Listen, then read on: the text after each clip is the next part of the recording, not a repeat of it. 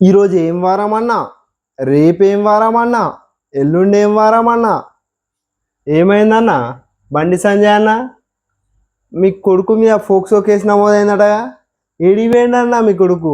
ఏడుండన్నా? ఈరోజు బండి సంజయ్ కొడుకు బండి భగీరథ్ మీద ఫోక్సో కేసు నమోదు కావడం జరిగింది. ఒక మైనర్ బాలికని అత్యాచారం చేసిండని ఒక్కసారి కాదు 2-3 సార్లు మద్యం ఇచ్చి అత్యాచారం చేసిండని చెప్పి ఆరోపణతో ఈరోజు ఫోక్సో కేసు బండి సంజయ్ కొడుకు భగీరథ్ మీద ఫోక్సో కేసు కావడం జరిగింది. ఏమైందన్నా మరి? ఏడిపోయిండన్నా మీ కొడుకు?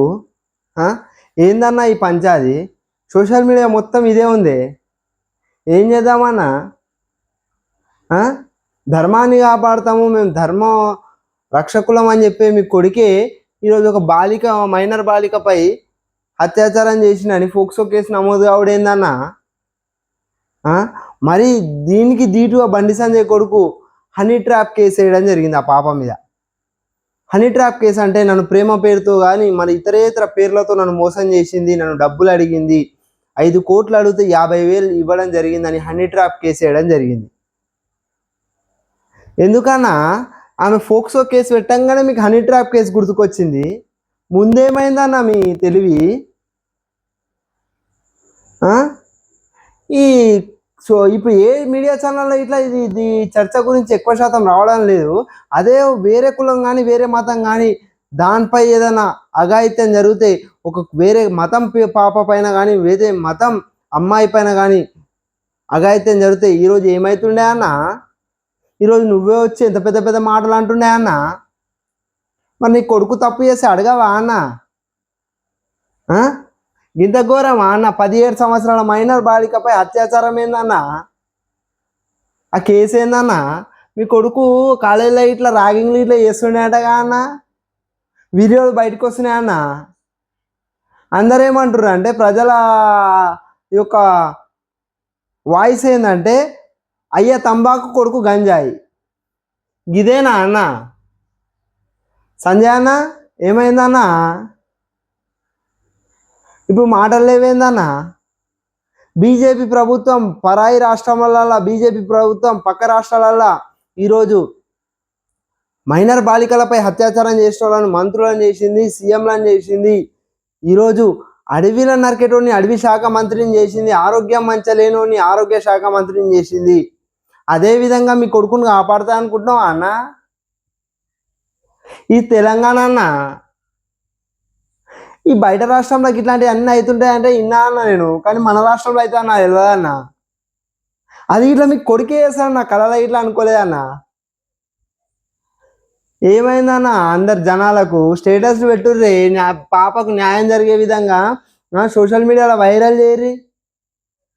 ఏదన్నా అధికారి కొడుకు కానీ, ఏదన్నా పెద్ద పెద్ద నాయకుని కొడుకు, మంత్రి కొడుకు కానీ తప్పు చేయాలంటే భయపడాలి, ఆ విధంగా గుణపాఠం నేర్పియాలి, ఆ విధంగా శిక్షించాలి తప్పు చేసిన వాళ్ళని. ఈరోజు యువత కానీ, ఈరోజు దేశంలో ఉన్న జనాలు బయటికి వచ్చి ప్రశ్నిస్తేనే ఈరోజు తెలంగాణ రాష్ట్రంలో ఆడబిడ్డలకు రక్షణ దొరుకుతుంది. లేదంటే ఈరోజు ఆడదాకా వచ్చింది, రేపు మన దాకా రానికి పెద్ద సమస్య ఏం కాదు. ఏదైనా మంత్రి కానీ, ఎమ్మెల్యే కానీ, రాష్ట్ర ముఖ్యమంత్రి కానీ, దేశ నాయకులు కానీ, దేశ పిఎం కానీ తప్పు చేయాలంటే భయపడాలి జనాలను చూసి. మన తెలంగాణ రాష్ట్రంలో ఇట్లా కావడేంది?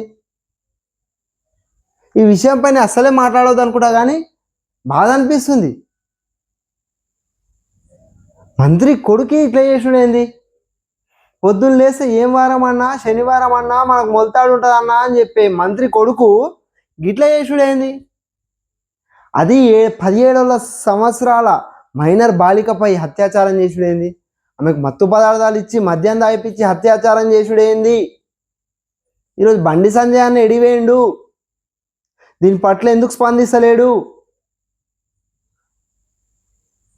మీ కొడుకుని కాపాడు కాదన్న, ఫస్ట్ మీ కొడుకుని సర్దిద్దు. మీ కొడుకుని చక్క చూసుకోకపోతే దేశాన్ని నేను చక్క చూస్తావన్నా నువ్వు? ఇదేనా అన్న నీ పెంపకము? ఎంత ఘోరం అన్నా అది? ఆ పోరాలను కొట్టుడేందన్నా? కాలేజ్ పొరగాలని లేకపోతే ర్యాగింగ్ చేసుడు ఏందన్నా? ఏం మాటలు అన్నా నోట్లకించి? నీకంటే ఎక్కువ వస్తున్నాయేమన్నా మీ కొడుకుకి ఈ మాటలు? తప్పు చేసిన వాళ్ళకి ఖచ్చితంగా శిక్షించాలి. తప్పు చేసిన వాళ్ళకి ఖచ్చితంగా ఘోరాతి ఘోరంగా కఠినాతి కఠినంగా శిక్షించాలి. ఆ శిక్షణ రాబోయే తరాలకు ఒక గుణపాఠం లెక్క ఉండాలని మేము మనస్ఫూర్తిగా కోరుకుంటున్నాం అన్న.